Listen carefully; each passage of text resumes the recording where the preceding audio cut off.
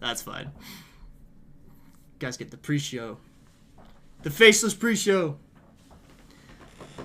First time chat. Sun and Comer. What's up, guys?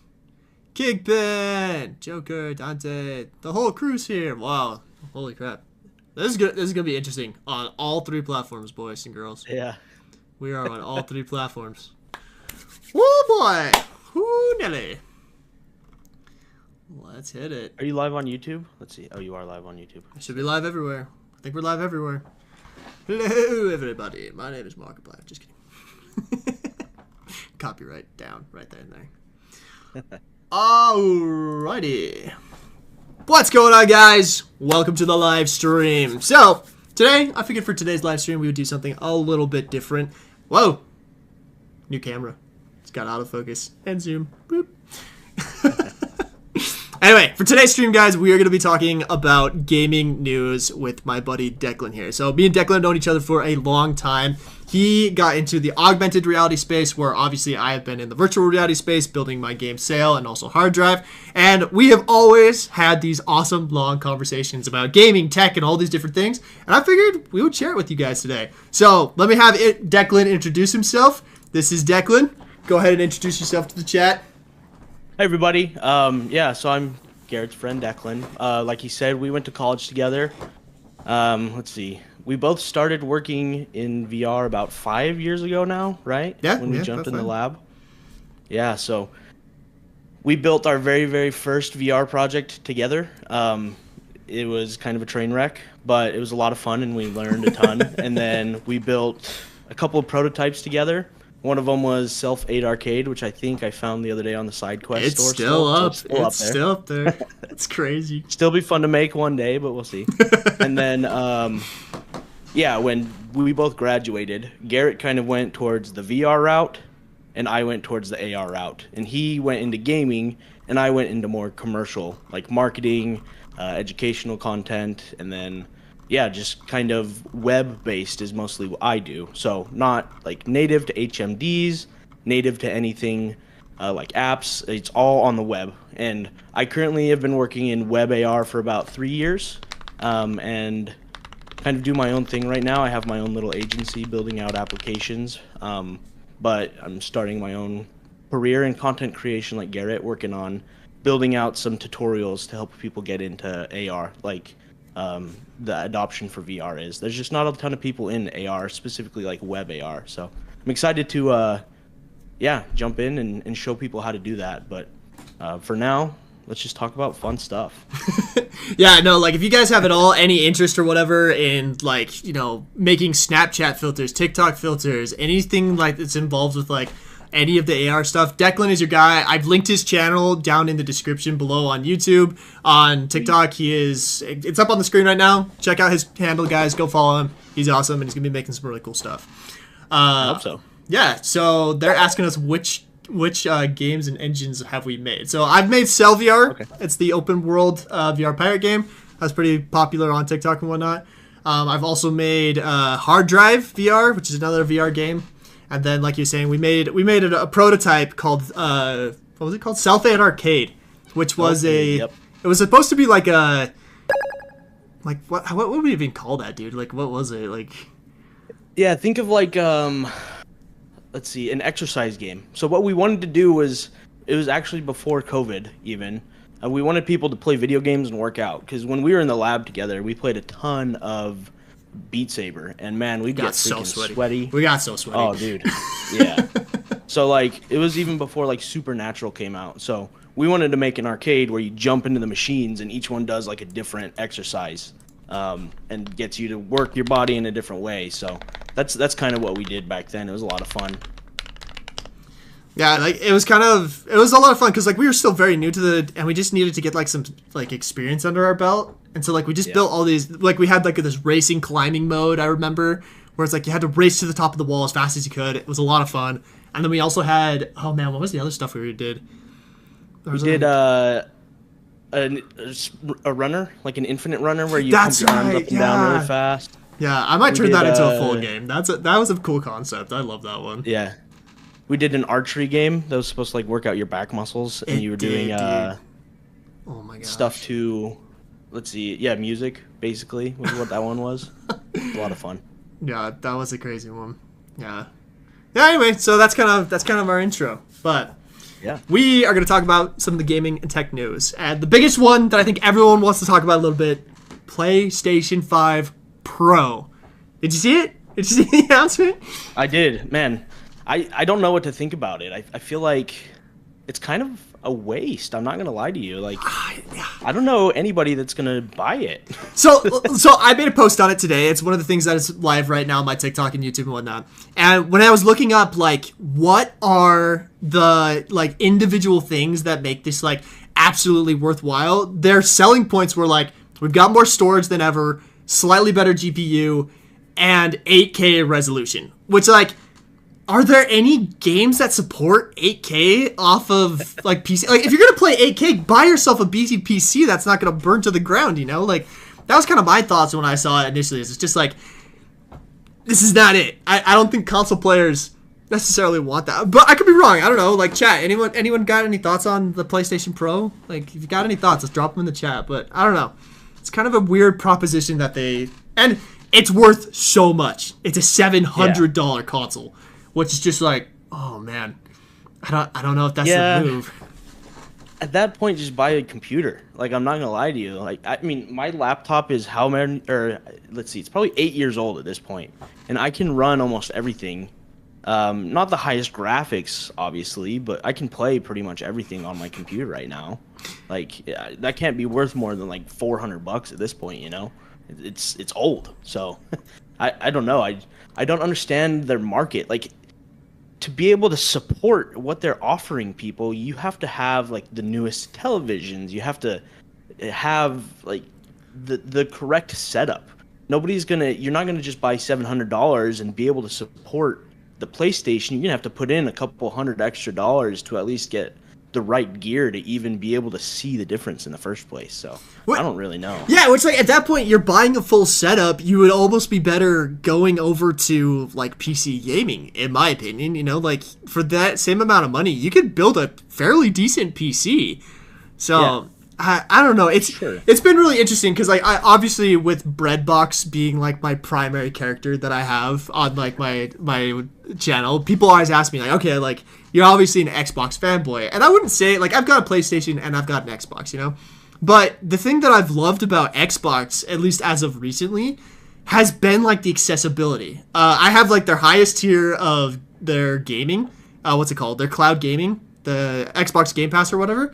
And I can play that on my iPad anywhere. And, like, I often, when I go on vacation or whatnot, I take my iPad with me and an Xbox controller, and I'll play Battlefield from anywhere with a Wi-Fi connection. And to me, that's awesome, because if I wanted to, like, if they had all the games that are on Xbox right now, I could literally not have an Xbox and go anywhere and, like, do anything. And that to me is very interesting, especially from, like, the concept of, like, get as many players as possible into the game, right? Like, for me, I think that's, like, what needs to happen with consoles and gaming in general is, like, you got to get more people in.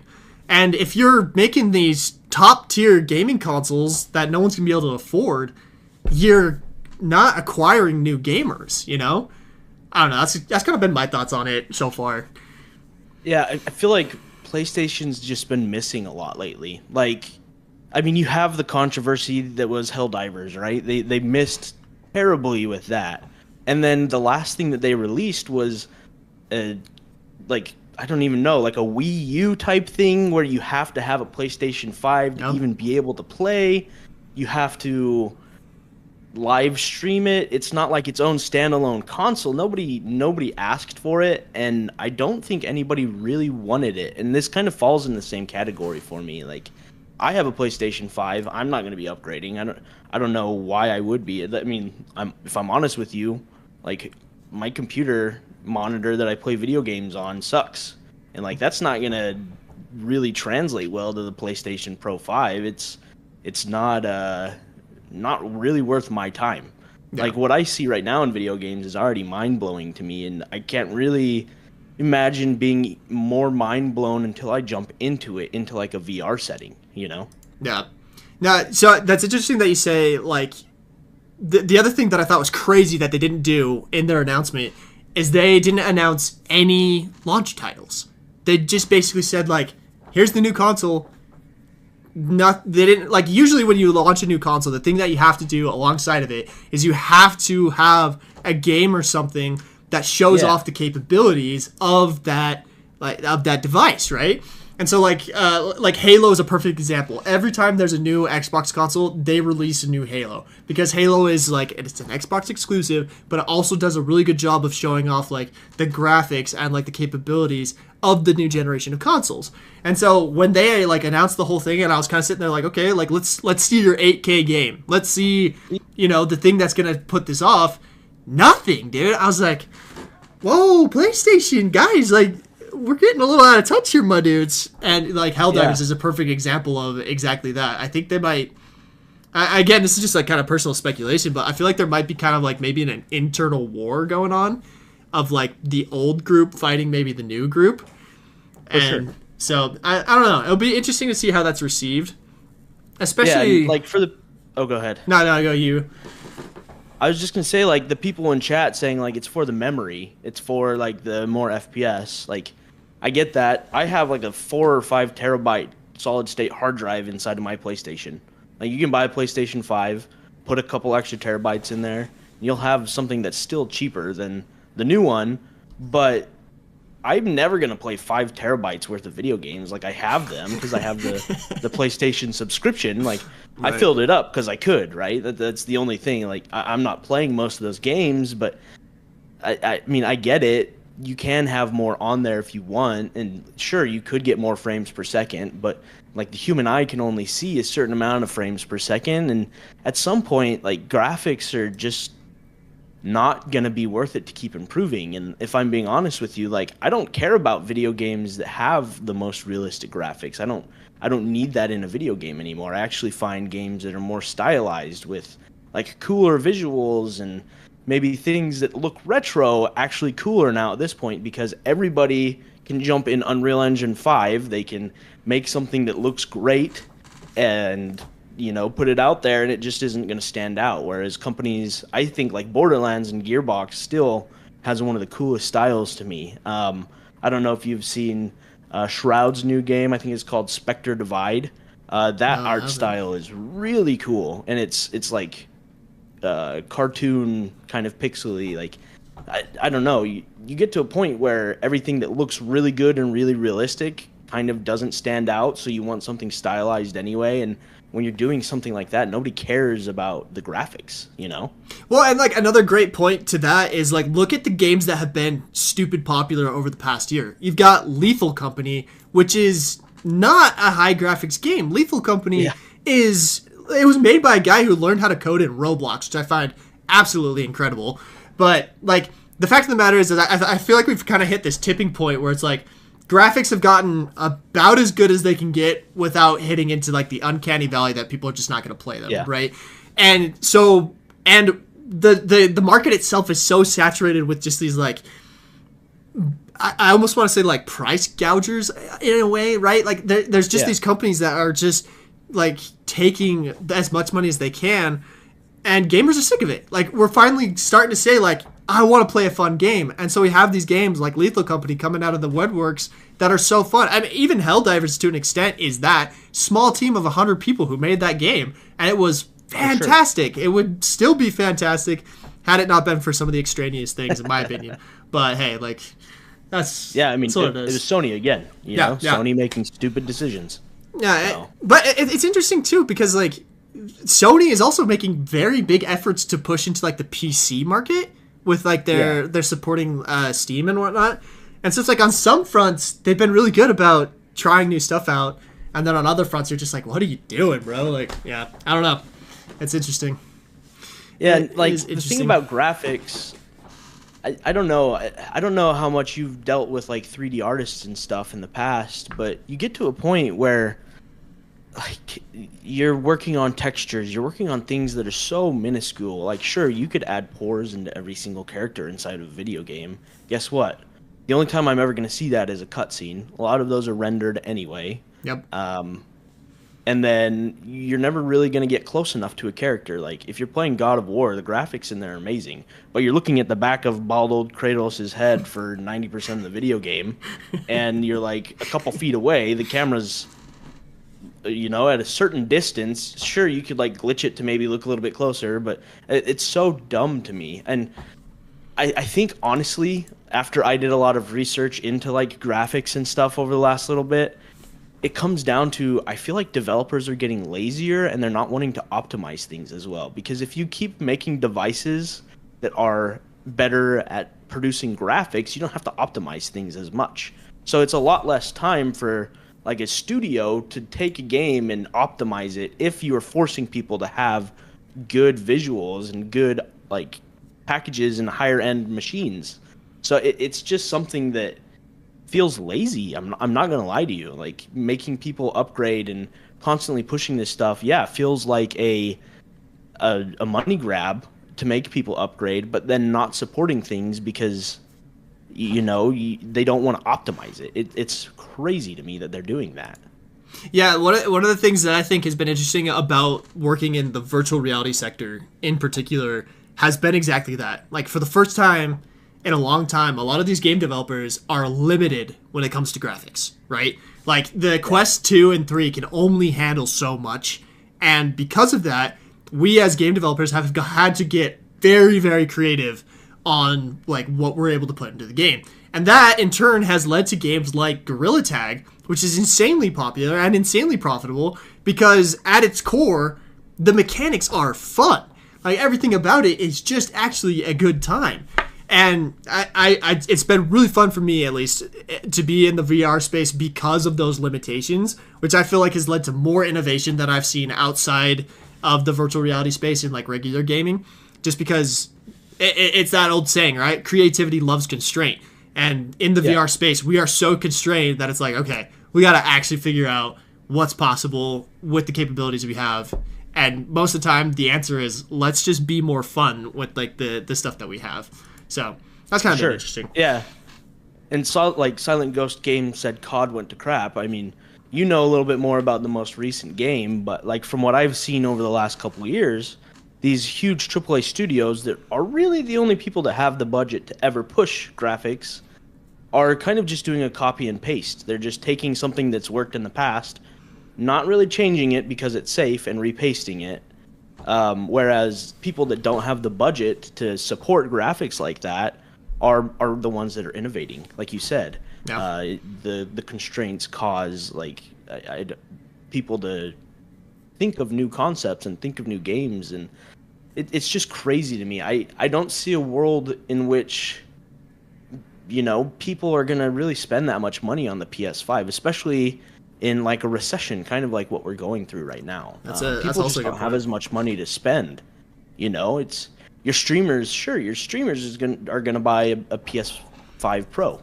I remember when nobody could even buy a PS5. Like, I don't know if you remember that. Oh yeah, that was mid 2020 stuff. Like yeah, when it first dropped, no one could get it. Yeah. Yeah. So I feel like it was probably like 2 or 3 years ago when they finally were able to get enough PS5s for people that wanted them to buy it. And like, I guess the good thing is maybe they're going to lower the price of the PS5. That's the only plus side of this I could see. Like, maybe they're going to have this new product and they're going to lower it so more people can get a PS5. But PS6 is probably like 5 or 6 years out. And even then, they're going to probably support it for another year or two after that. So, I mean, you have 6 or 7 years, maybe 8, where you still have PS5s, and there's probably not really going to be games that are only made for the PS5 Pro. I don't see that being a realistic thing unless it's a giant open world game where you can stand on top of a mountain and see like across America, something crazy like that. No, the General Milo kind of pointed that out in chat as well, because it's like they are still releasing games on PlayStation 4. Right? Yeah. So I do think PlayStation is good about that. Like, they don't abandon their hardware pretty fast, Yeah. And so, like, I agree with you. I definitely think that when it comes to the PlayStation Pro, it's going to be kind of I think it's going to be more of a niche than people are expecting. But I don't know. But tell me if you think I'm wrong, chat. Let us know what your thoughts on that. But going back to, like, the VR stuff, the PlayStation Pro, I was looking at this, is going to support the PlayStation VR headset too, which is interesting to me. And kind of brings up this topic of like the state of virtual reality and augmented reality. So, like, obviously, we've had. When did the Quest, the Oculus Quest, come out? When was that? 2019. We were in the lab when that came out, right? Yeah, it was like 2019 or 2018. 2019, because that's when I first got the idea for sale. Was because, we got the headset and I was playing it. And I was like, man, VR is gonna be like my proposal on VR was that like people are gonna want to play big exploratory open world games, you know, and that's just like one of the reasons I built Sail, is because I thought like that's gonna be the cool stuff in VR, is to be able to do things you can't typically do in real life, right? Yeah. But here we are, 5-ish years later from that, and it's just been, I don't know, like from an outsider perspective, because you haven't been as involved with it. Like, what would you say like the state of VR is? You know, I don't hear about it a lot anymore, and I mean that might be my own problem because I'm not really looking into it as much. But I don't know. I think VR is still growing. I think there's still a lot of people getting into it. It's still kind of a niche industry, I feel like. It's such an interesting thing. There's a lot of enterprise people getting into it as well. So big companies are wanting to invest money into building out these applications for VR, where they can train employees. That's going to honestly be bigger than gaming, I feel like, in VR. But yeah, the gaming space, I just haven't heard a lot about it. Like when the Quest came out, I remember we had the CV1 in the lab. Yep. We enjoyed it. It was a ton of fun, and then the Quest came out, and it was like playing something brand new for the first time. Yeah, it was crazy. Like I was doing VR again for the first time ever. But now that like that has continued to develop, and the Quest has continued to get older, and there's more versions of it, I don't feel like as wowed by it anymore. I have a Quest 3. I don't play it as much as I probably should.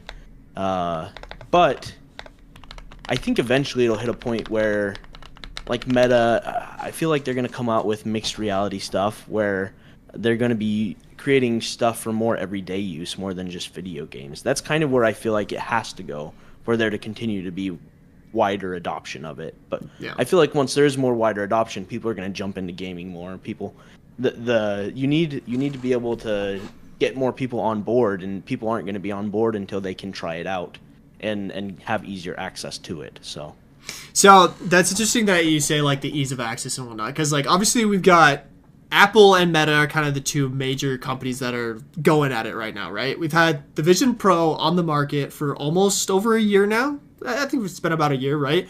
And then you have Meta, who has tried a few times to make Vision Pro like devices that have continued to fail. Like I have one right back there that's the what was it called, the MetaQuest Pro, like that. Yeah. Didn't do, and we just found out recently they just announced that they canceled kind of a successor to that was supposed to be more similar to Apple's Vision Pro.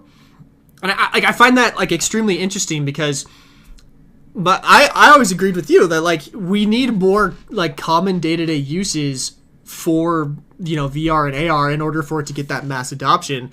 But what I feel like it's realizing is that like I almost feel like the old generation is never going to adopt this thing. It's almost like old people and phones. Like the only reason they ever like got a cell phone is because their kids said like you have to get one, you know? Yeah. And so I really feel like the VR and AR adoption is actually going to be from this next generation that's like growing up on Gorilla Tag. They're growing up in Rec Room and stuff like that, and they're going to find ways to be able to use it inside of real life, you know? For sure. I saw something interesting where somebody said VR is going to replace computers and AR is going to replace mobile phones. There's a world where both of them should exist and can exist. And I mean, I still think AR is a real possibility, but like mixed reality, what the Apple Vision Pro is good at, I think is more realistic at this point. There's a long road that we have to get AR working correctly for it to be adopted. Which for those who don't know, I'm sure most of you, if you follow XR, do know, but augmented reality is using pass-through lenses and overlaying digital content on top of the world in a pass-through lens. So think of like your HoloLens, your Magic Leap ones, your even like cell phones. I use cell phone augmented reality when I work every single day.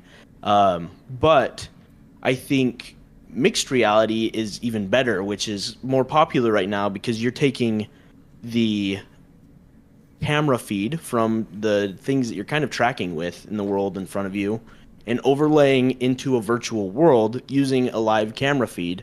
So it's not quite the real world, it's a rendering of the real world through a camera, but then you're overlaying digital content on top of it. So that's kind of like the difference between augmented reality and mixed reality. And you have virtual reality, which is just a purely virtual environment, which I'm sure you guys already know, but I think mixed reality is going to be the best hybrid. Devices are going to start merging where you're not going to have AR devices or VR devices. You're going to have mixed reality devices.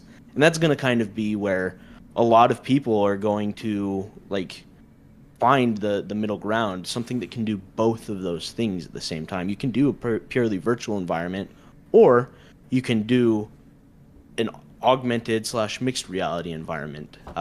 And then those devices are going to be the ones that are successful. And I love Apple's experiment with it because it is a professional level thing. Like, they're not pushing for consumers to have it. It's not a consumer level device. People say it failed because it's not getting a ton of consumer attention, but they experimented with something and proved that there actually is a market for it. And then they're taking all of the functionality and all the data that they've gathered from the pro level version are going to make a simpler version for consumers. Yeah. So I think that's a really cool thing that they're doing.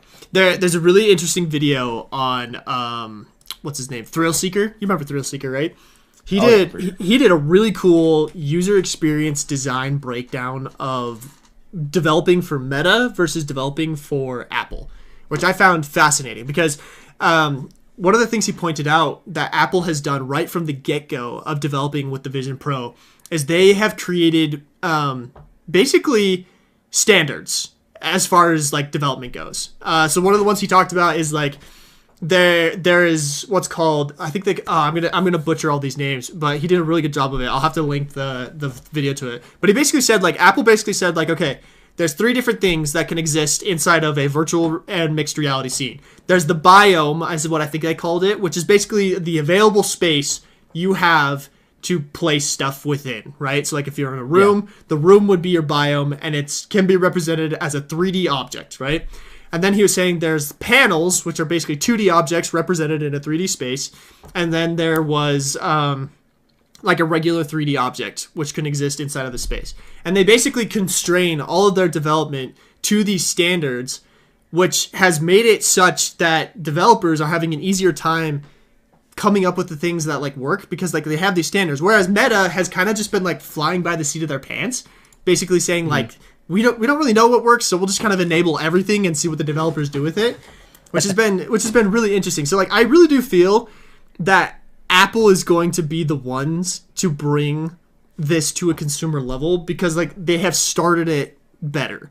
I always tell people that what I think will end up happening with AR and VR is you're basically going to have the equivalent of a mobile phone and the equivalent of a gaming console. Like Meta and the Meta Quest are going to be like the gaming console of VR and AR, right? Like that's going to be built with like trigger, like controllers and whatnot for more intense gaming, blah, blah, blah. And then Apple's going to come in with a everyday consumer, super friendly, like that kind of device. That's my opinion on it. That's what I've always thought, but I'd be curious to get your thoughts on that.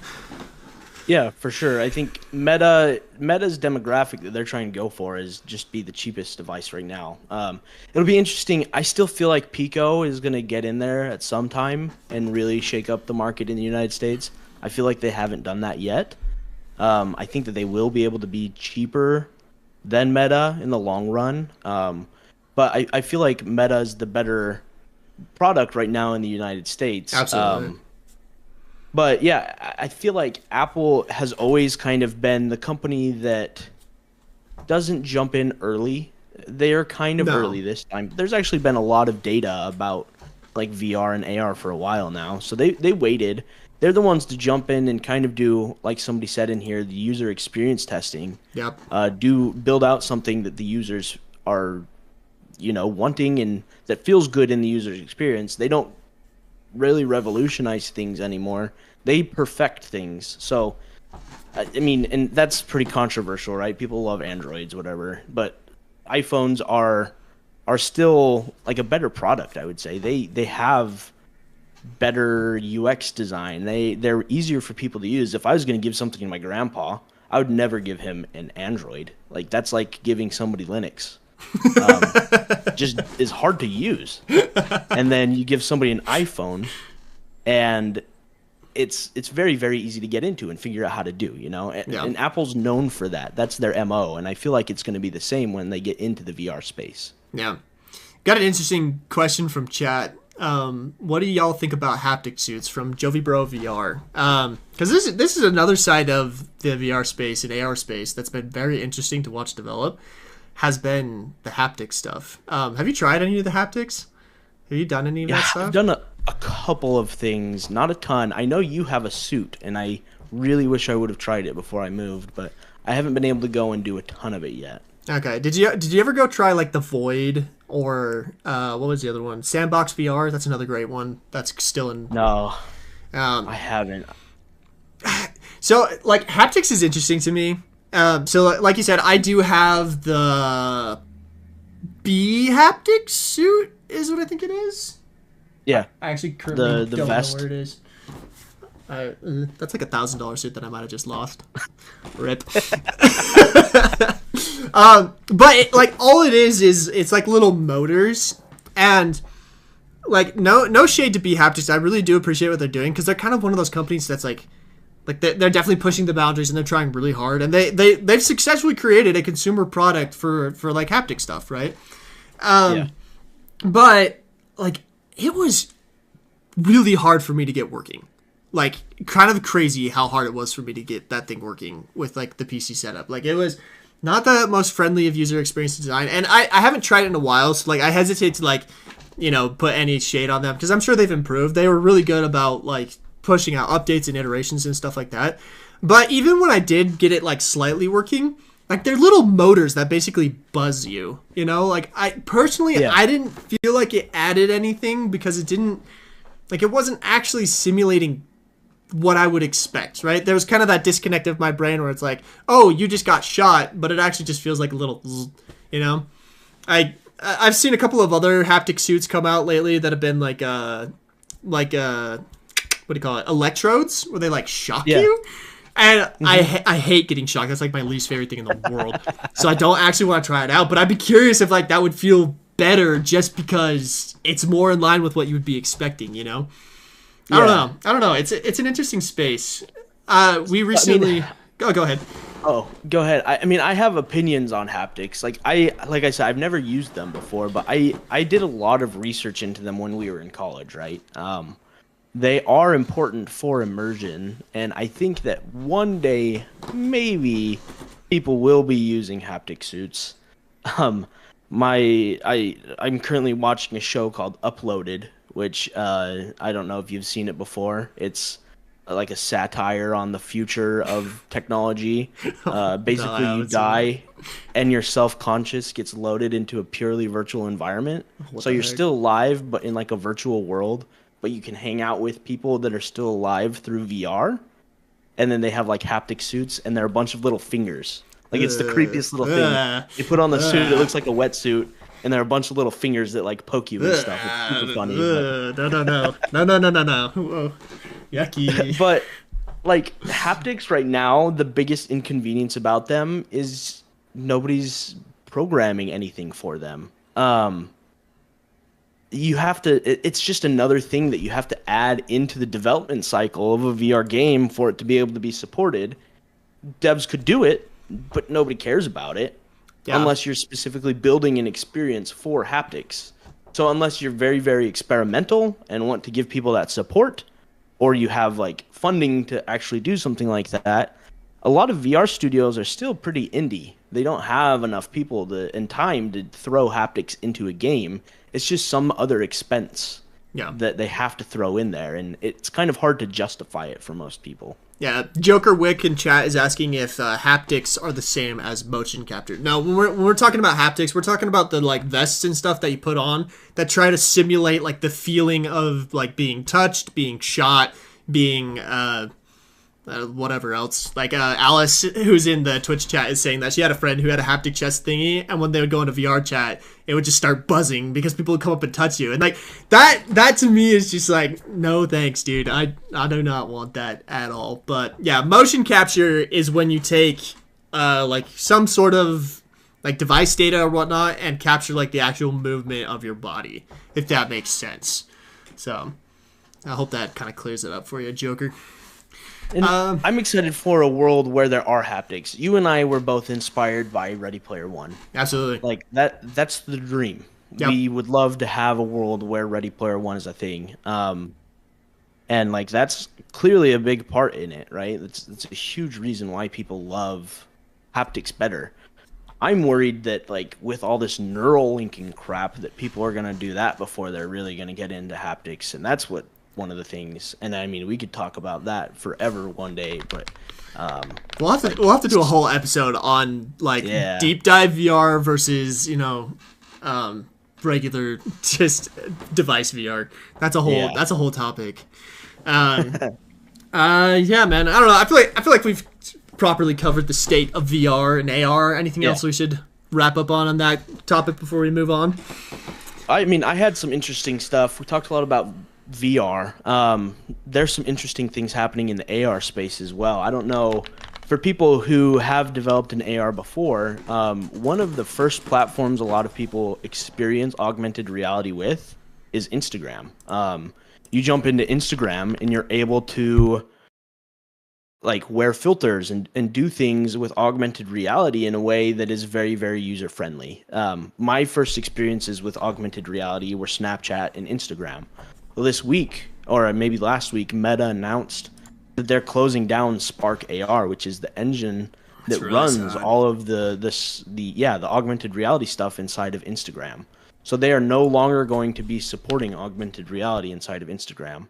And that is huge news in the AR world, because that is where a lot of people in the AR industry make their livings. They make marketing and like augmented reality experiences for Instagram. And without really a ton of notice, they announced that they're shutting it down, and it's going to be completely removed from Instagram by January 15th of next year. Like, sure, that's some time, but you have clients that have these campaigns inside of Instagram. Like, what do? You have to transition them over. So that was a giant thing that happened in the world of augmented reality this last week, is one of the big three social platforms is now closing down.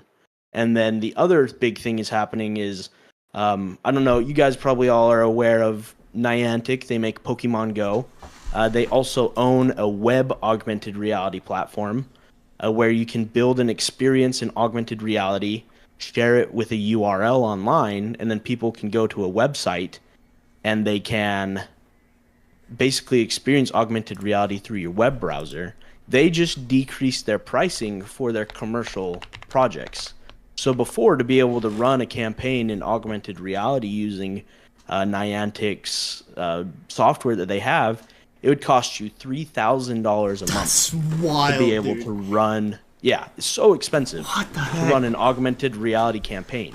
So that really eliminated smaller businesses from being able to ever use augmented reality to market their companies.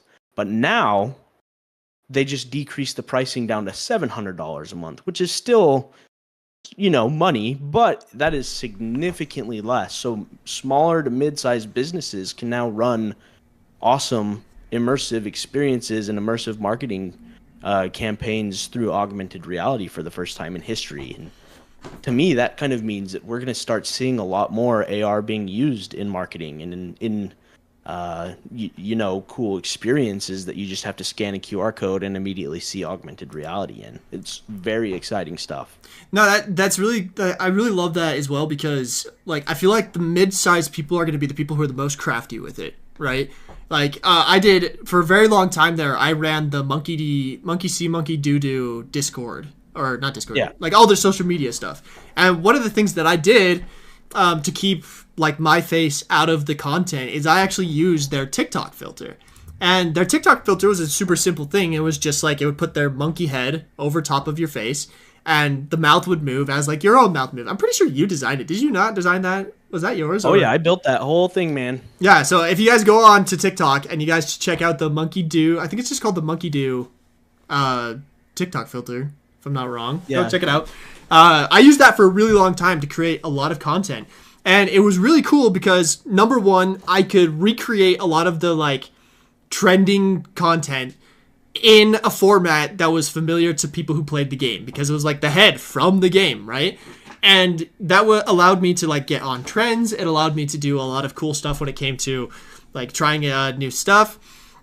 But like that would never have been possible had that been something locked behind an $8,000 paywall, right? But yeah, for sure. We reached millions of people through that filter, and I was able to stay almost completely anonymous because of like a filter like that, which is also kind of a cool thing about all these AR and VR filters. That would be fun. It'd be fun to do a whole episode on like VTubing and stuff. I'd love to get your thoughts on that too, because that's a cool one.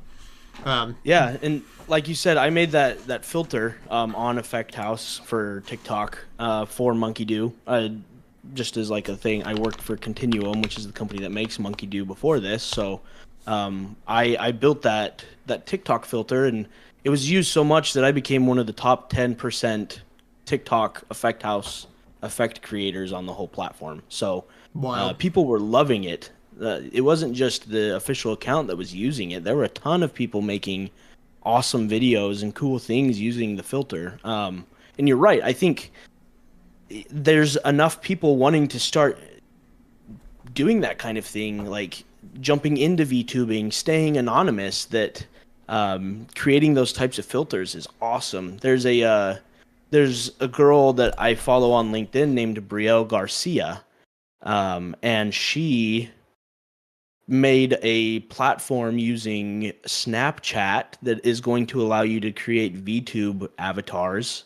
And it's a native app where, you can stand in front of it. It tracks your whole body. It just uses Snapchat, and it'll make VTubing easier. Like, there's a huge market for people that want to do that kind of stuff. So, it's definitely one of the parts of augmented reality that is growing and is going to continue to grow for a really, really long time. It's definitely an interesting. I feel it's been really interesting in the last like 3 months. There has been 4 different companies that I know of who have started creating an in-game. So in virtual reality, like one of the hardest things is capturing content, right? And so I've had these 4 companies reach out to me who have created essentially like a way to capture from a third-person perspective what you're doing inside of a VR game. One of the most notable ones that I think a lot of people would know is QuestCam. Love what they're doing. If you guys haven't checked them out, go check them out on TikTok. They're building it very indie friendly. Love what they're doing. So go check out QuestCam. But like going back to this like ability to stay anonymous, that's like a cool thing about AR and VR, is this like ability to like be on the internet but also stay anonymous, because we all know like the internet's a crazy place, and it's kind of nice to stay anonymous in some ways, you know. It's interesting. We'll have to talk more on that side of things for sure. But. Yeah, and just to add one more thing to that whole thing, so many creators that are super famous are having problems with like stalkers and having problems with people that are, following them around, and like that's one of the reasons why the whole anonymous movement and VTuber thing is so significant. It's just because they're able to create content, but nobody really knows who they are, but they're still able to be expressive. Like that's one of the cool things about using augmented reality is you can track to a lot of different parts of a person's like face. You can track their eyebrows and mouth, and you can get some cool expressions inside of VTubers nowadays that weren't really even possible like 4 years ago. So that's a huge growing industry. That's a lot of fun to kind of watch from the sidelines. Yeah, well, we'll have to do a dive because, like, in a lot of ways, I am kind of a VTuber with like putting my face over the top of like the bread box and whatnot. We'll have to do a whole like other episode on that. But I feel like we should move on to some other gaming news. You were telling me earlier something about Roblox. Didn't Roblox just have some major announcement?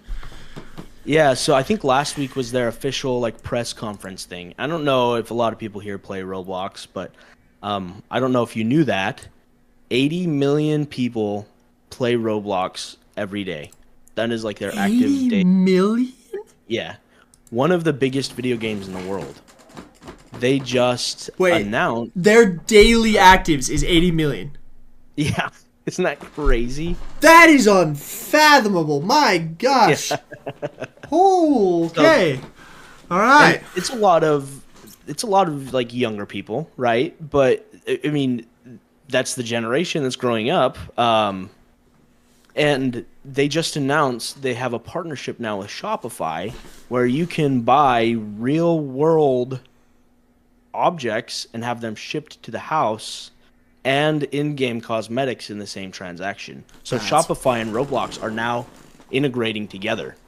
Okay, I find that so cool. It's pretty nuts. That actually is so cool to me. Like, one of the things in Ready Player One that I always thought was like one of the coolest things, and I was like, why don't we have this in real world yet? There's a whole scene in Ready Player One where he like orders a pizza inside of like virtual reality. Yeah. That's like not a very hard thing to do. You could easily just create an API that does that. But like the idea of like hooking that on to like an in-game object as well. Like, I mean, like, think of the number of people if Call of Duty made it so you could order a Domino's pizza. Like, how many people do you think would, like, order a pizza just to get the Domino's pizza skin?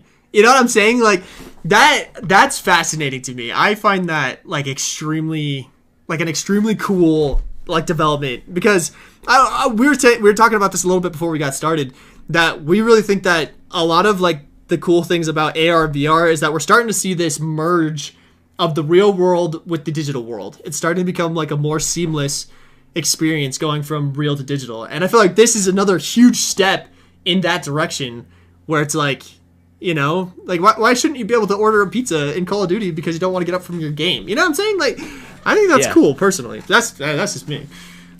Yeah, and I mean, it kind of changes like the whole idea of buying cosmetics in a video game, right? I mean, NFTs tried to do that for a while, right? That was kind of the idea of crypto, buying something digital and having the ability to resell it or whatever. Now you're able to buy a digital good and get a physical good. Yeah. That's pretty cool. That's interesting. I don't know, because in-game cosmetics are so expensive. Like, I don't know if you've ever played Valorant, they sell things for so much inside of Valorant. It's one of the most expensive video games to play. To buy a gun skin is like $30 or $40. But imagine you're spending $40 on like a gun skin and you get at least like some type of cool, I don't know, keychain or like something shipped to your house. That is interesting. Like you would, and also add like more value to it. I can't remember who I was talking to, but like when NFTs were like really, really big and everyone and their dog had an NFT, he was saying that the ones that lasted, I can't remember who I was talking to about this, but they're basically saying that the ones that lasted were the ones that had some kind of real world value to them. Whether it was like, if it was like a membership to somewhere, it was like you had to show your NFT ownership to get into like a club or something like that. Or like, I can't remember his other examples, but I thought that was interesting that it's like, you gotta connect that real world ownership to these digital things in order for them to last, at least in the NFT space. But yeah, I'd be very curious, like Roblox wise, what people will do with that and what will be successful, you know? Because that's like, there are already like big campaigns by clothing companies. I know Crocs did a giant campaign inside of Roblox. I mean, companies are paying a lot of money. That's another part of the industry that I've been learning about a lot lately. People are paying a lot of money to have worlds built for them inside of Roblox. I don't know if you knew that Coca-Cola has an official Roblox world. You can play in Coke World inside of Roblox. Lacoste did a campaign with Roblox. Wendy's did one with Meta Horizon, my least favorite Yeah. app on the App Store. But I digress. But yeah, Wendy's did one inside of their Meta Horizon. Yeah. I remember in the last election campaigns, I remember the Biden-Harris campaign did a big like Fortnite takeover, which was really That's interesting. crazy.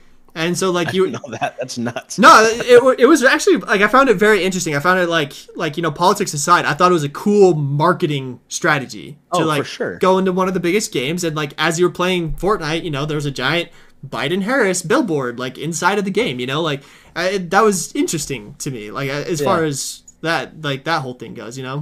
So It's just, I guess I say that's crazy. That's such an interesting demographic to try and market politics to. For sure. I think that's going to be one of the things we're going to see. Like, people are going to try it, and it's not going to be the right demographic for the product that they're trying to sell. Sure. I think that's going to be one of the big things we're going to see over the next couple of years is people are going to want to try these different things, but it's not going to be the right thing for the right group of people. So watch out for some of those things over the next little bit. I've definitely noticed like going into like the marketing side of things. Like I feel like a lot of my job right now is marketing, right? Like, I post every single day on SaleVR. I post 3 times a week for Hard Drive, and then I post 3 times a week on Garrett the Gamer account. And it's been really interesting to work with like brands and stuff who have reached out to me and said like, "Hey Garrett, like how do we market on TikTok?" Because TikTok especially is very different from like traditional marketing. Like there's this really interesting guy on TikTok who talks about how traditionally car companies could do this really cool cinematic like whole thing and put that out on a commercial and they'd sell hundreds of thousands of cars. But you put that same thing onto TikTok, no one watches it. Like no one cares to watch it. And so I definitely feel like there's kind of, along with all of the technological revolutions, there's a lot of revolutions happening in the marketing space, And so I think it's cool that companies like Roblox are innovating like this because something's going to hit, right? For sure. Like I could actually see, like with SaleVR fans, we have SaleVR merch, and I could see if a kid could order it in game and be like, oh, yeah. Like, hey, my SaleVR t-shirt that I ordered inside the game came. Like, that'd be kind of hype. I think that'd be kind of a cool, like, implementation. I don't know. That'll be interesting. We'll have to keep tabs on that to see, like, what goes on. I don't know with it. how much, like, about Roblox, or if you've ever really played Roblox. I think one of, if not the most popular game mode in Roblox right now is called Dress to Impress. Interesting. So you do a runway. You build a character, you dress them up based off of a theme, and then you send them down the runway, and then everybody that's involved in the game votes on the dress of the person, like how they're dressed up. So imagine selling cosmetics in there. I don't know if you know who Charlie XCX is. She's kind of the girl that the music now that's like the Brat Summer, all that stuff. Yeah. A couple weeks ago, she did a huge campaign in Dress to Impress where a bunch of her aesthetics were brought into the video game, and they had the Brat whatever Dress to Impress weekend where her cosmetics were only available inside of Roblox to use during that weekend. You could do Dress to Impress, and you'd get in-game cosmetics that would stay with you permanently if you participated in the event. So, like, there are a lot of really crazy campaigns like that are going on right now inside of Roblox, and that are already seeing a lot of success. And it'll be crazy to see how brands continue to leverage that. And then if other places like Fortnite, because they have their huge Unreal Engine Fortnite thing now where you can develop in, if they're going to ever adapt that kind of stuff before, because Fortnite has done some things. They did a huge campaign with Balenciaga where you could buy Balenciaga clothes inside of Fortnite, but your avatar in Fortnite is a lot more locked than your avatar is in Roblox. Avatar expression is one of the biggest things inside of Roblox, and that's why people are seeing so much success. Yeah, no, that is interesting. It's always fun to watch like the big companies pick and choose from other people's campaigns, like what they're gonna like implement into their own. So like that'll be interesting to watch, because you're saying that Genshin Impact did something with what was it, McDonald's? McDonald's. Yeah. What the crazy. freak happened there? So that was news, I believe, today. and it starts on September 17th. So I have the news article pulled up. Let me share that really fast. Let's see if we can get that to work. Yeah. Here you go. Let me know if you can see this article. Yeah, I got it. It's a little blurry, Cool. but I think we got it. Okay. So yeah, McDonald's is launching a new meal with Genshin Impact. So it's like Genshin characters wearing McDonald's swag. What the heck? And if you go to McDonald's, you can unlock in-game stuff by buying products inside of the video game. What the heck? I don't know. I mean, you and I grew up around the same time. Yep. I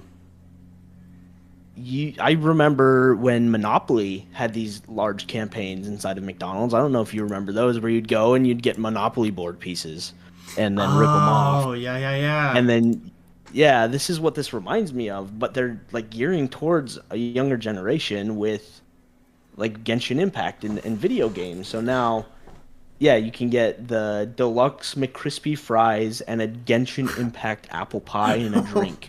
And you'll be able to unlock in-game rewards. Isn't that crazy?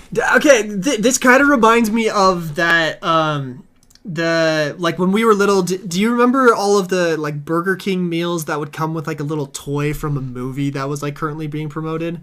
You know what I mean? Yeah. Like, it feels like that a little bit to me. My camera just decided. Yeah, for sure. It wanted to zoom all the way in. That was very dramatic what you were saying. It's so dramatic. I forget that this has AI tracking on it.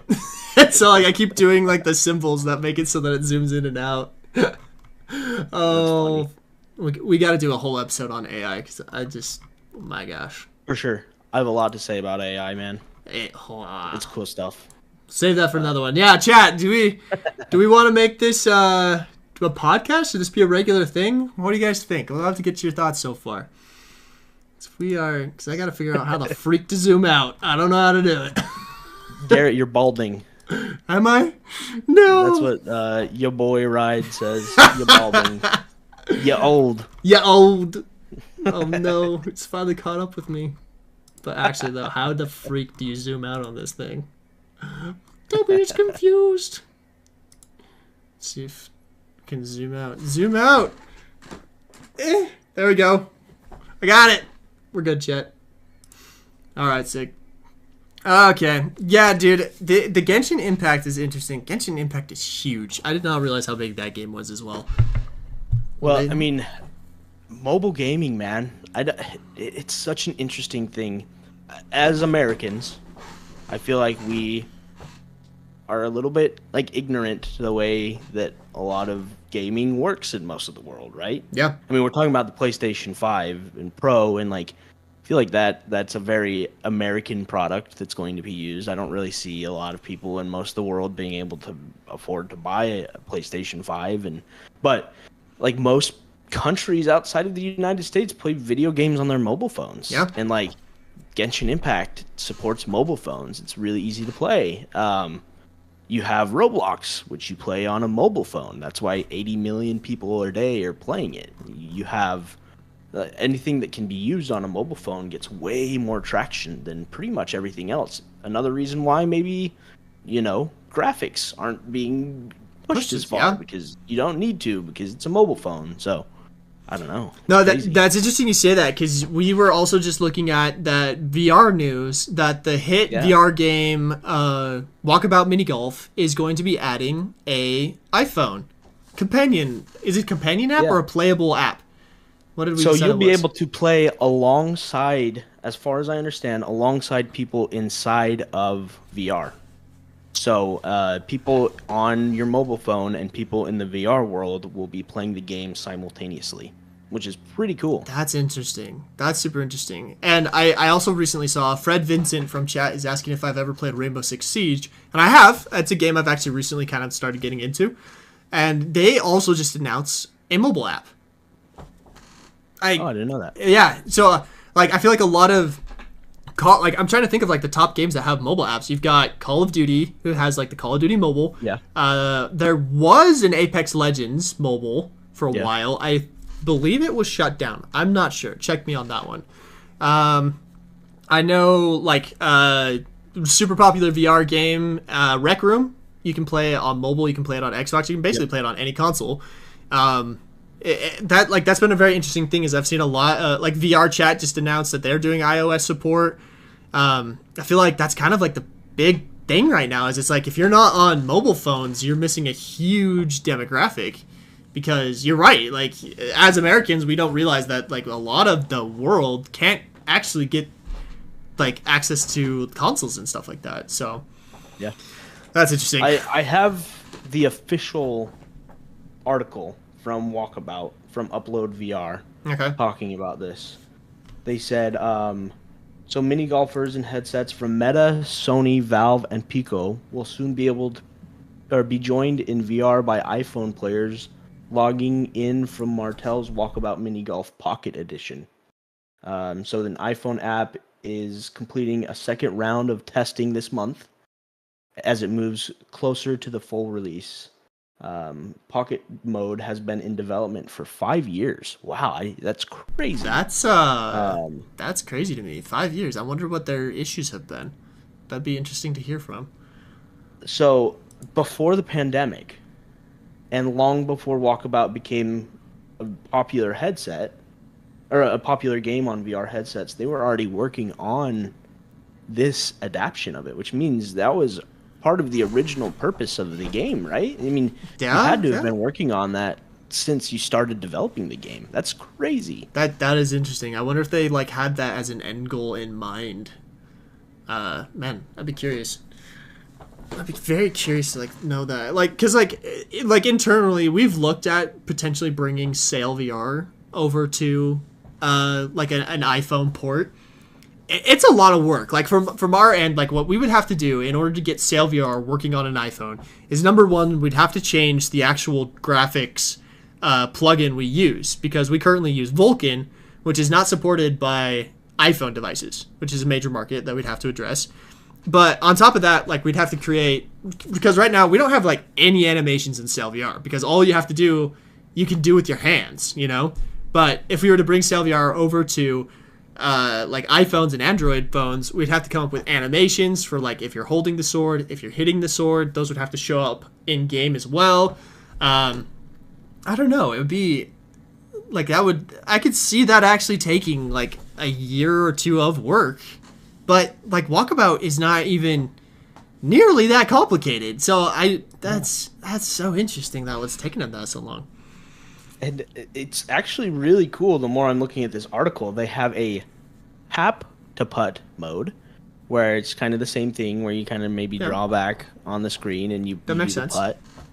And they have a swing to putt mode, where you're holding your phone like this and then you go back and then swing it forward. And that controls the mechanics. So there's an immersive mobile mode or a casual mobile mode as well, which is really actually cool to think about. I wonder if part of the reason it took so long is maybe a bit of like scope creep, of like trying to figure out like where do you stop, like what features. Because I'm sure like they started out building like a tap to putt one, and then some people were probably gave feedback like, hey, make an immersive swing mode. And they're like, okay, you know, kind of kept going down that route. That's an interesting one. That's a super interesting one. There's a whole new company that's very interesting to me that just got funded. They just raised a lot of money. They're called Flat to VR Studios. Have you heard of these guys? Yeah. Oh yeah, for sure. They make some awesome stuff already. Yeah, no, they've got a killer lineup. I actually know the CEO. Her name's Jasmine. She's VR with Jasmine on TikTok. Super awesome. Yeah. I've gotten to know her personally. Great person, and I'm really glad she's heading up this company, because like she loves VR, and just like you can tell she has a crazy resume. She worked at like Apple, Meta, like all the places. Like great person to be running the company. But their whole goal has been to take flat screen games and pull them into virtual reality, which like I would love to sit down and we could probably get her to come on and talk with us.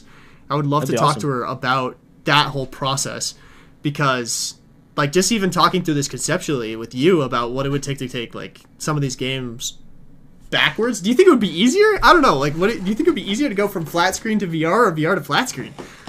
Yeah, I mean, I've been thinking about it here for a couple seconds. I know taking things from flat screen to VR, like if you think about the original ones, Skyrim sucked. Yeah. Doom or like I believe it was like the 2016 Doom, wasn't it? That sucked. Nobody yeah. Nobody On wanted the to play it. original PlayStation VR headset. Yeah, that Doom was rough.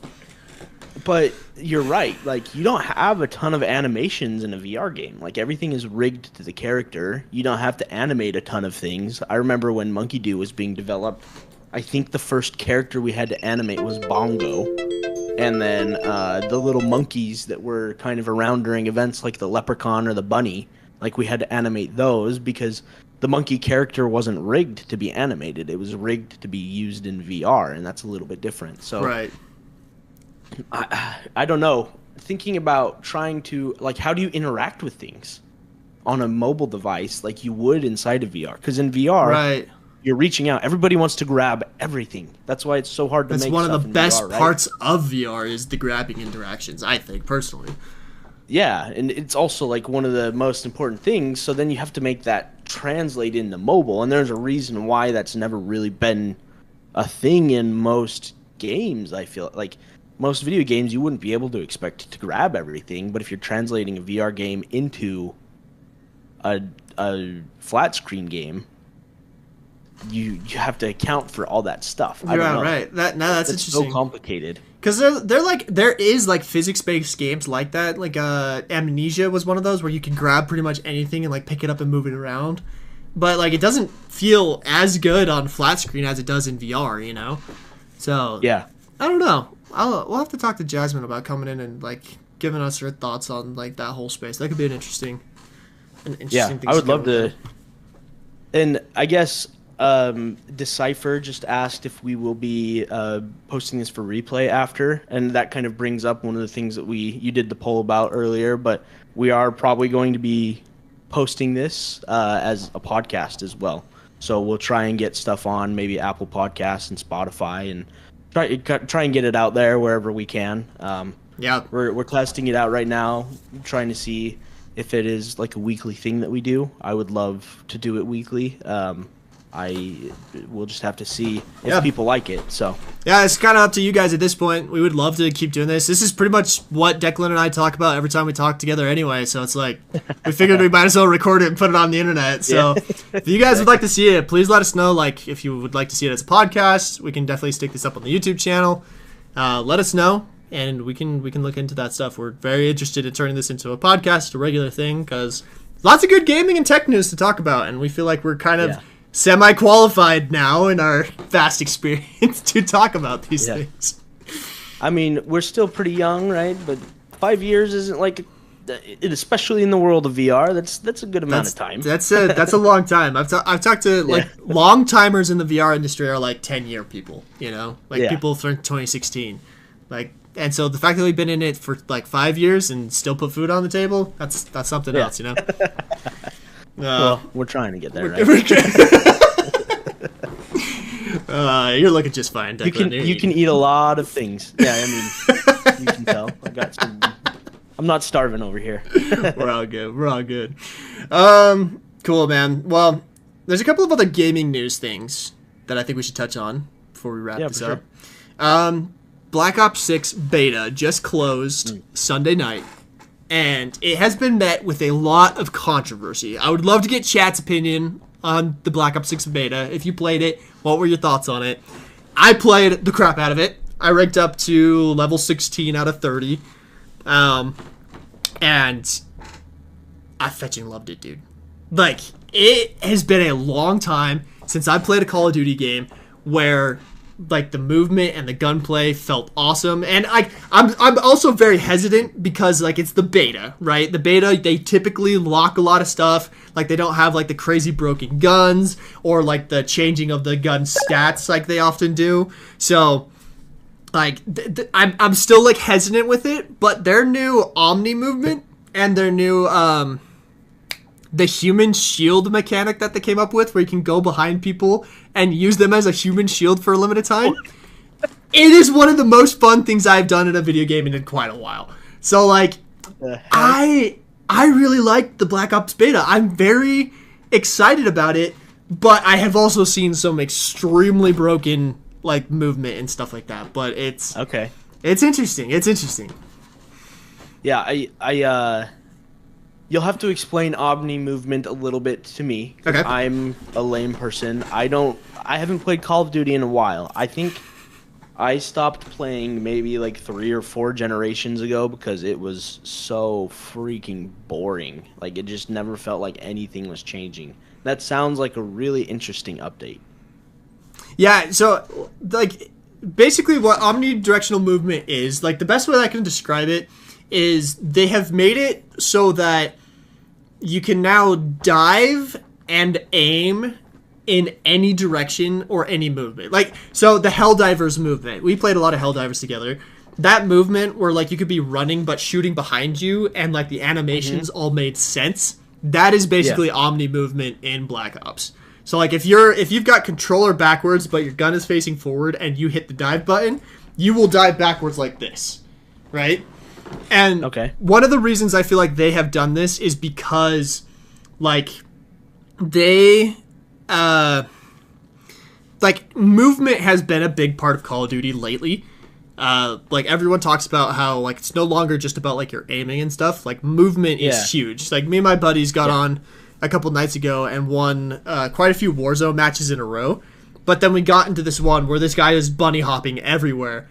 And you just can't hit him because, like, the animations don't actually line up with where the character is. And so one of the reasons I think they did this movement system was to actually visualize better the movement that is now so essential to Call of Duty gameplay.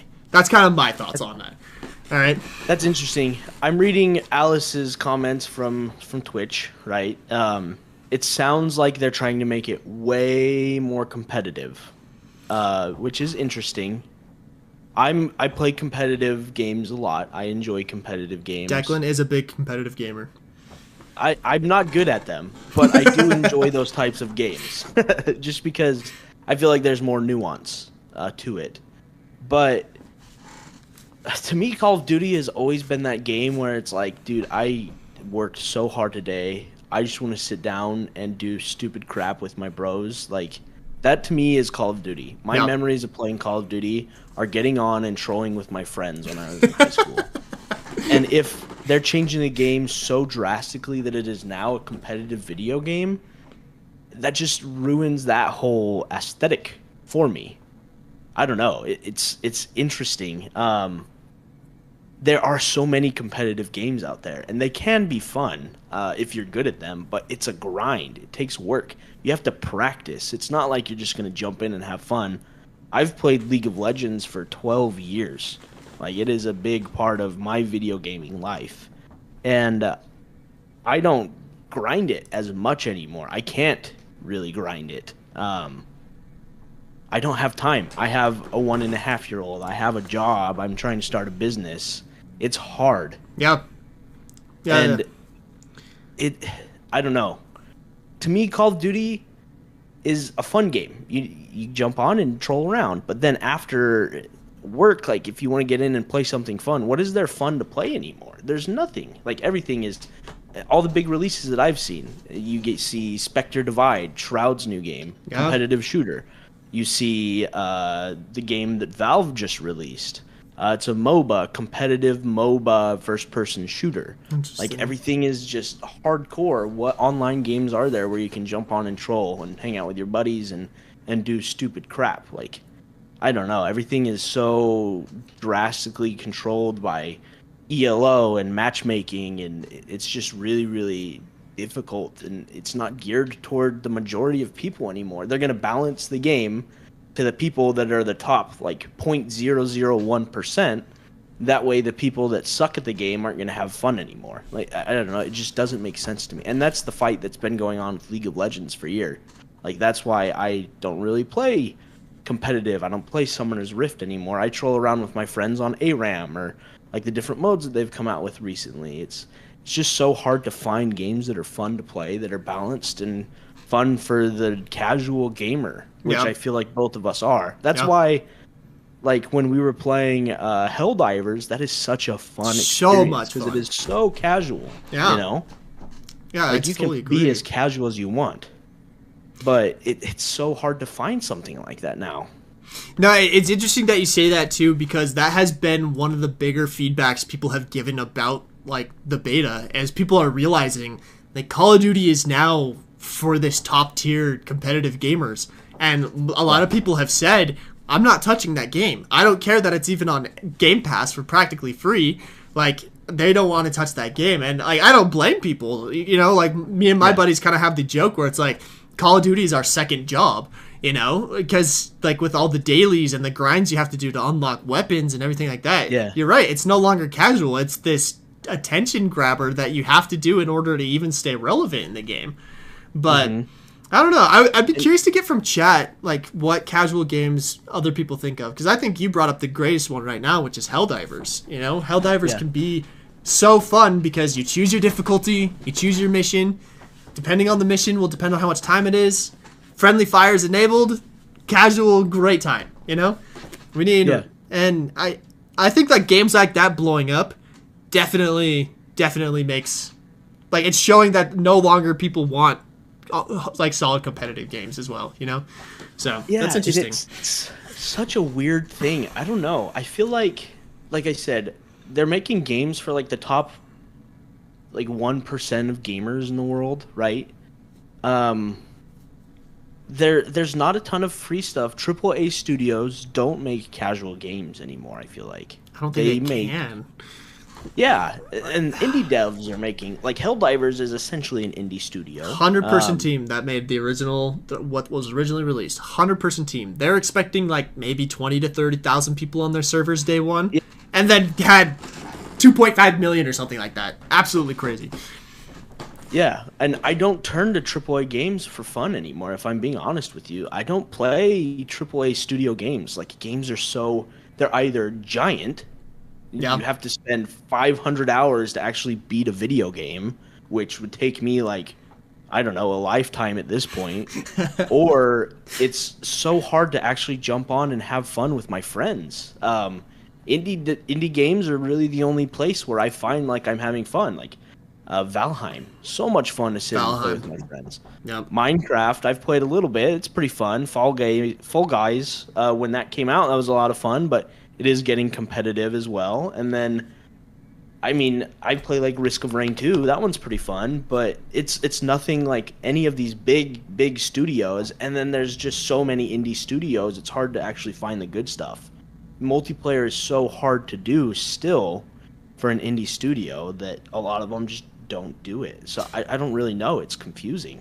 Yeah, which is crazy to me that like that isn't easier, because like you have to have multiplayer almost at this point. Like just single player games I don't feel like have like stood out, which I do think it is the what's the new monkey game that just came out that everyone's been talking about? It's like Black Myth Wukong or something like that. Oh, yeah. That was crazy cool. Is that single player game? That's single player, right? Single player. Yeah. That's more like a Souls-like, where it's very difficult to play. And it's made by a Chinese studio, and I don't think that it's indie. It is for sure like a giant. I'm sure the Chinese government backed it. That's what I read somewhere. Is it was really? Backed by them, yeah. So. I saw a news article that said there had been a major surge in tourism to Chinese like tourist attraction areas because this game recreated them inside of the game like to like realistic fidelity, and so people were like, I want to go see this in real life, and so there's actually a surge in tourism towards China because of that, which I thought was really cool. Like I think that's kind of the crazy thing that video games have done, you know? Yeah. I don't know. Well, I mean, I don't know if you remember when Notre Dame burned down, they used Assassin's Creed to recreate it. That's right. Yeah, that was crazy because they had like a 1-to-1 model of the whole cathedral, and that's what they've been using to recreate it. That is crazy, actually. That is pretty crazy.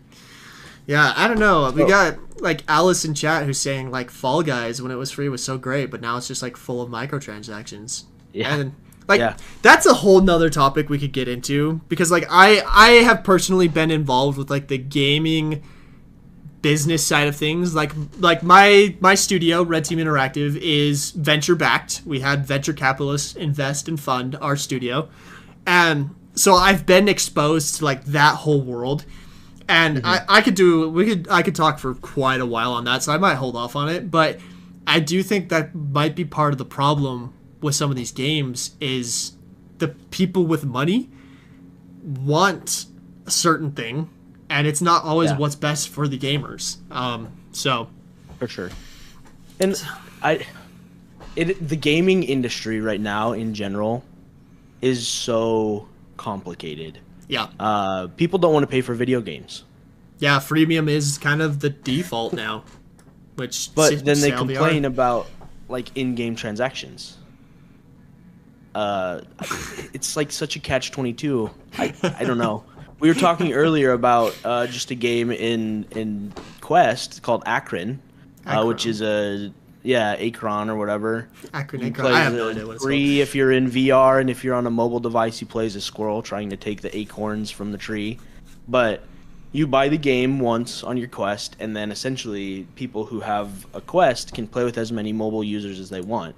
But they sell in-game cosmetics too if you want them. And like I always try and pay for cosmetics and pay for things in a video game that I like, because that is how they're monetizing video games now, and developers need money. I mean, I don't know how many people here are in line with like the developer ecosystem right now job-wise. It is a very difficult, cutthroat industry right now. I know hundreds, if not thousands, of people who have been laid off over the last couple years, even couple months, really. And I know people that are now getting close to the point where they're homeless because they can't find jobs. It's very difficult. And like giant studios don't make money because they spend the money from their last game on their new game. Like they're a game behind, essentially. They have to release a new game to pay for the game that they released before. And then indie studios, people don't want to buy video games. Like I miss the days where you could spend $15 on a video game and have 3 hours of enjoyment, like, or 5 hours of enjoyment, whatever. If I can play a game for maybe like $5 for each hour or two that I spend in the game, like to me that's still a great deal. Yeah, But people don't want that. Little Monk VR is recommending that we try out Squirrel with a Gun. That one looks interesting. Squirrel with a gun. That sounds pretty great. No, but like Alice, who's in our Twitch chat, like she's saying the same thing. Like, you know, back in the day, we would pay X amount of dollars and you would get a game. Yeah. And that was it. You know, No patches, baby. No patches. Like the game came working. Gosh dang it. Can we get that going? Sometimes. Yeah, that's a good point. Sometimes. I don't know, man. Like the current ecosystem of the gaming market is such an interesting one because of like exactly that. Like the mindset has shifted where people don't want to pay for games. They don't want to pay for stuff in the games, and yet they still expect high quality games. And as someone who's running a free to play game right now, it's really hard to not fall into the like pay to win mentality, because you know that's like a surefire way to like get paid. And so but that has been one of my things as I've been in the gaming industry, that I like, as I've made this company and as I've like done this startup, one of my things has been to try to fix gaming. And I believe that that's one of the problems, is that too many people are pay to win, you know? And so like I have vowed that Sail VR or any of my subsequent games will not be pay to win, you know? Just because I just don't want that on my conscience, because that's not what I grew up on. That's not what I like love about gaming. It's like actually having fun, you know? Anyway. Yeah. No, I agree. I mean, I haven't really loved video games in a long time, if I'm going to be honest with you. I'm starting to fall back in love with them. There are some games that I'm having fun with. I think indie games mostly, if I'm being honest. I don't know how many of you guys have ever seen the console called the Playdate. It's a pretty interesting little console. It's a little yellow. It looks like a piece of cheese. It's a square and it has a crank on the side, and all of the games that you buy for it are like $3. And it doesn't have a backlit screen, and they're pretty retro, but it is so much fun because I can buy a game for $3, play it for 30-40 minutes, and then get my fill. And if I want to go back and play it, then sick. Like it's a ton of fun. If I don't, then it's $3 and I had a good time. And there's so many games I've started that are awesome games, like God of War. I would love to play God of War. I don't have 200 hours to sit through. There's 5 billion side quests. I can't even get through the main story without like getting attacked by side quests. And of course, me over here just do like, oh, this looks cool, and jump into another side quest somewhere, and I probably have gotten like 1% of the main story, but I'm way over leveled. So if I jump back into the normal story, then I just wreck everything, and it's not fun anymore. And like, to me, that's the video game world. That's been my experience with video games since Skyrim. That's just how they are. I don't play a ton of huge video games for longer than a couple days, and then I forget how to play the video game. So I tried to go play God of War the other day, and it's so freaking hard because I can't remember all the different combinations for all the buttons. I don't know. I want to sit down, play a video game for 3 hours, 4 hours, have fun with it, pay $10 or whatever, $15, and then cool. Like, I beat it, and the story was great. I loved Celeste. One of my favorite video games I've played in a long time. Beautiful game. Great music. Great story. And yeah, I don't know. It just like quenched the thirst that I had for video games. It made me fall back in love with them. But it's just so hard nowadays as a casual video game player with kids and, you know, not being able to sit down and go to school and jump on and play with the boys for a little bit, and like having deadlines, and it's just hard to get into it. Now it's funny you say that, because like I've definitely felt the same way, and recently I found myself going back to like a lot of like the classics, right? Like I was at my mom's house over the weekend, and I found this is the very first gaming console I ever owned. It's a Game Boy Advance. Look at that! Isn't that amazing? Dude. And like I popped in an old Mario game, dude, and I was like, it was hard, it was challenging, and like I was like, there's 70 levels on there, and I was trying to like, you know, like progress through the levels and beat it, and I was like, man, it's been a while since I had that, you know. And then the other funny thing that's been happening lately is my brother-in-law, so my sister's, or not my sister, my wife's little brother, he has recently discovered Black Ops 2 Zombies, because I had downloaded it on his Xbox and was playing it one day, and I left it there, and he started playing it. And the other day he texted me and he's like, "Hey, how do you use the Pack-a-Punch machine?" And it was just like this, like, oh boy, do I have some stuff for you. So like I went over I went over to his house and we played around together, and like he just loved it. Like at one point we were literally playing and he pauses the game and he looks at me and he's like, "This is a fun game. This is fun." And I'm like, it's been a minute since I've had that in a new game. But like we were originally talking about Black Ops 6, I feel like Black Ops 6 could potentially have that. There were some moments in the beta where I was like, this was fun. Like this was cool. I felt good. I felt like this was fun. Yeah. But again, I say that hesitantly because a lot of the like microtransactions and stuff that Call of Duty does to keep players engaged weren't enabled on that beta. And so again, it's just like, man, where do we go? I don't know. It's too bad. Yeah, it's hard. I am very skeptical. For sure. I mean, you're talking about how difficult it was. I think COD Zombies, they're doing zombies again, right? I think that could be fun. Round-based zombies, but like even I did a reaction video to that as Brightbox recently, and it's like, it's not even the same anymore. It's like, yes, you have perks, but you also have these things they're calling like perk upgrades, where it's like, it's just so complicated at this point. And like to your point about God of War, it's like, if you take a break from this game for long enough, you're not going to be able to jump back in and get back onto it as a casual gamer. So that's interesting. Upgrades, like they're combining RPG mechanics with Call of Duty Zombies. Like just make a fun zombie again. And we say that they tried. I know they tried to make a fun zombie. They've tried to do it multiple times. People love the Easter eggs, right? Yeah. I feel like, I don't even remember, Black Ops 3 maybe or something, where they tried to go like funky with the upgrades and stuff again, where you could build your own zombie maps. I feel like that was something that they tried to do. I don't know. Maybe it's just one of those things where it'll never be as good as we remember, because the nostalgia is like the best part. It was just so much fun to stay up late and play games with my friends. Yeah. Like my favorite memories are, I remember some of my favorite video gaming memories were Halo. Yeah. The original Halo on the Xbox. My dad and his friends all had Xboxes and flat screen TVs, kind of, for when we were that age, right? They weren't really flat screen, but we would go. We had a Tahoe. We'd go to each person's house, grab their Xbox, grab their TV, take it into our living room at our house, LAN connect all of the Xboxes together, and then play Halo together. And we had like lobbies of 4v4. It was amazing. Crazy. It was so much fun. I loved that era.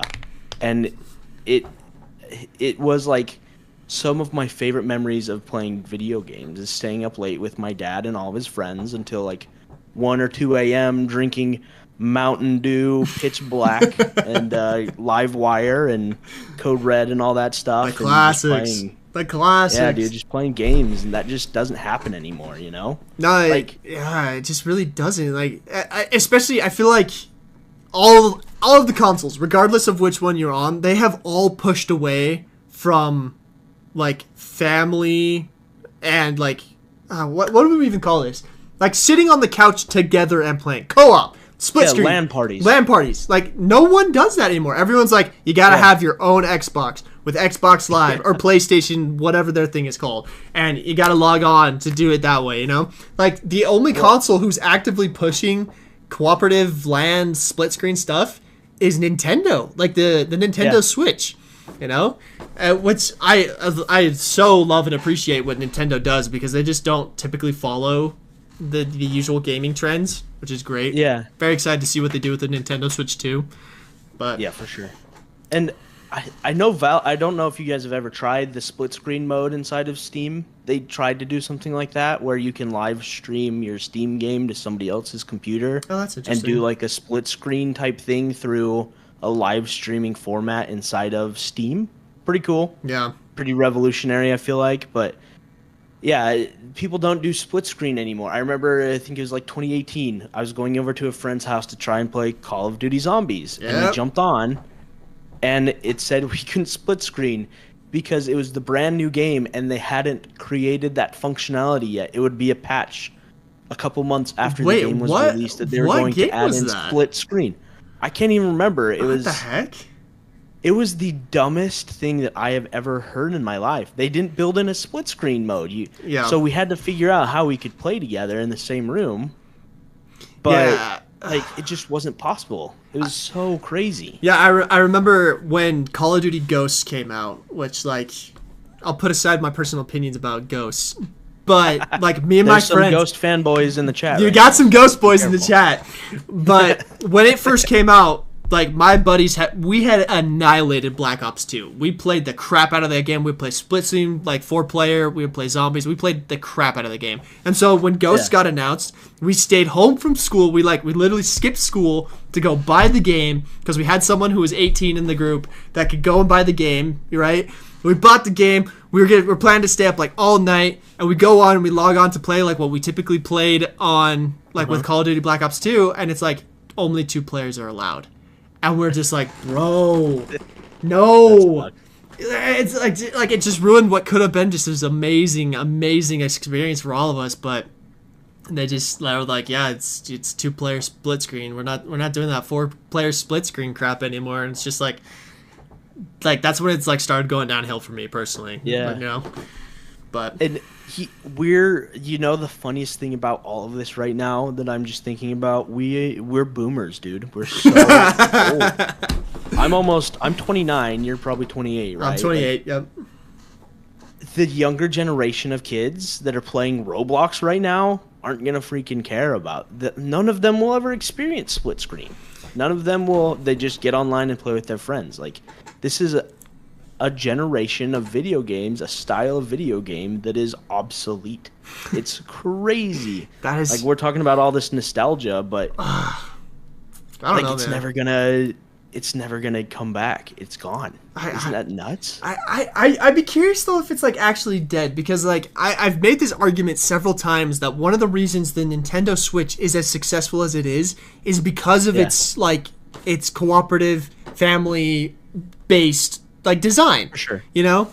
Like I know plenty of people who have multiple Switches in their family because they could play all together if they want through the really unique controller design they have, or you can play it individually as a handheld because of that, again, incredible design they have. So, but yeah, as far as like casual gamers like you and I go, you have to pay for like Xbox and Xbox Live in order to get the full experience in a lot of things. There's no longer, for sure. There's not really like even the like what's that game that's really been popular? It's like Chained Together or something that just came out. It's like a cooperative game. The one that's where you have to climb up the building or whatever. It's like one of those hard frustration games. Yeah. Like that. Even that game, which could hypothetically have been a split screen local player, is online. You know, I just feel like the problem is that everything is going online. Kind of out of necessity, though. Yeah, for sure. I mean, people don't get together as much. I mean, like, COVID definitely changed a lot of things in the world, and people just don't hang out as much as they used to. Like, however crazy that is, like, I feel like that is a realistic thing, and something that I haven't experienced a ton. You know, I go outside and play disc golf with my friends still, and like, I don't know, but a lot of like younger people they're not getting together and hanging out like we did. And I remember playing video games online with my friends, but that was the exception. That wasn't the normal. The normal was I'd go over to somebody's house and we'd, get a pizza and drink some Mountain Dew and freaking game on Nuketown all night against the bots. Like that was the ideal Saturday night or Friday night. It was going over, ordering a big old pepperoni pizza, drinking some Mountain Dew, and playing Nuketown against 10 level 3 bots. Just two of us, Yeah, which, like, the online thing also has had its positives as well. So like my group of friends that we played the crap out of Black Ops 2, we all have jobs and we can all now afford Xboxes. Yeah. And we live all over the country. I got a buddy who's like he's on the East Coast. I've got friends who are like we're in the same state, but hours apart, and so like getting together and playing isn't necessarily feasible. And yet almost every night I can jump on with them for 45 minutes to an hour and we play Warzone. We play some stuff. So like it is this weird thing where it's like, it's the end of one era, but there's also the nice things about it. I don't know, man. It's kind of a crazy topic. Yeah, and I mean, we have Thursday nighter for the boys. We do boys night with my friends. We're all almost 30-year-old guys that have wives and children, and that's still the night that we get together. We try, and I mean, I'm not as good about it as I used to be. I'm getting better, but we at least have like 5 or 6 people there every week that are playing video games together. If I can't jump in and play games, I'll jump in the chat and we'll just hang out in Discord and play for hours. Like, you're right. And I live in Texas. One of my friends lives in Utah. 2 of them live in California. 2 of them live in Arizona. Like, we're all across the country, and it's an amazing time to be connected to people. But at the same time, like, it's so hard to get with people again. Yeah. I lived in the same state as a bunch of people and didn't really get together with them except online. Yeah. How weird is that? But I'm in the exact same way. Like my high school buddies, I haven't seen them in person in like a year, but like I feel like I'm keeping up to date with them because we get on and as we're playing we say how's it kid, how's works, like such an interesting like world we live in with like that capability, because like even 20 years ago, after high school, after everyone moved away, it's just like maybe you ran into them once after, just for sure, not even a thing. Anyway, we probably should start wrapping this up. Chat, if you got any last questions for us, maybe we'll do like a rapid chat like question answering. Saw someone asking about the price of the PlayStation Pro. It's gonna be $700. That's like $200 more than the base PS5. And I too am very disappointed in that pricing. So, what other questions you got for us, chat? We were talking about split screen games. One came to mind. It took me a couple minutes to remember what it was. If you haven't played It Takes Two, you have to play It Takes Two. Best split screen game to come out in probably a decade. It won Game of the Year in 2021. You can play it online, but it does have split screen mode, and you have to play with somebody else. So there is no single player mode. It is a great story, tons of fun, and definitely something worth checking out. So yeah, that is it. That is a great one. I played that one a little while ago as well. Also great. Ghosty, thank you so much for the donation, bro. That was super nice of you. Thank you. Yeah, Gabe Saber. Have I played Mad Max? No. Have you heard about Mad Max at all? I haven't. I didn't know. I mean, I love Mad Max. I love the world that they've created. One of the most influential, I think, worlds and settings that is out there right now is Mad Max, the dystopian future with the crazy cars. I didn't know that they were making a video game. I love Mad Max. It's so cool. I actually have like a video game idea in the back of my head that's Mad Max-esque. I think people would like it. Stay tuned. Oh, it looks like an older video game, 2015. Oh, interesting. Highly recommend. 9 out of 10 stars on Steam. That's pretty good. That's pretty good. Yeah. Baldur's Gate 3 is split screen? Question mark? Is it? Well, yes, it's turn-based. So okay. All play on the same machine, I would imagine. Do you remember, did you ever play Command and Conquer? That's what that always reminds me of. No, I never did. Dude, Command and Conquer and Heroes, Might and Magic. Those are some older throwbacks for some of you other boomers in the chat. You probably remember them.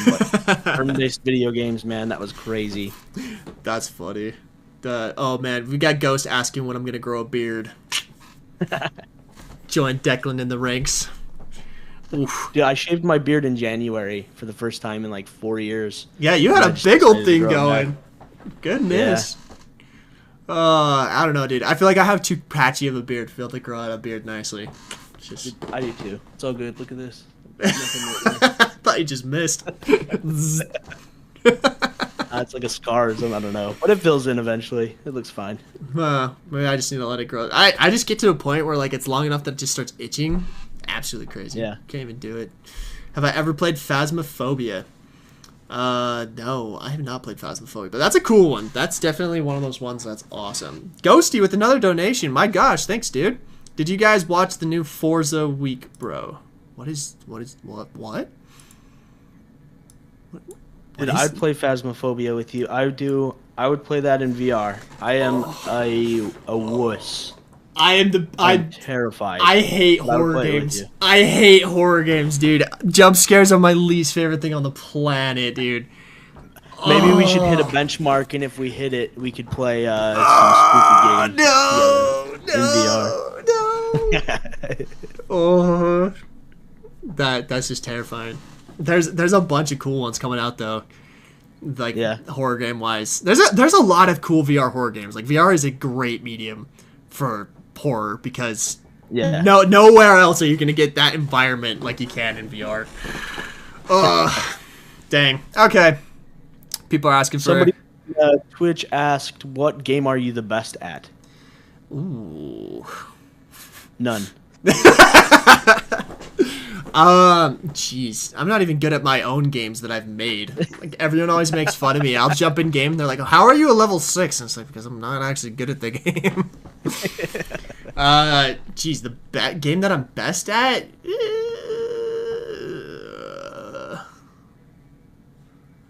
I don't even know, dude. I don't know what I would say on that one. Do you have one? Like Chair Sim. CookieClicker.io.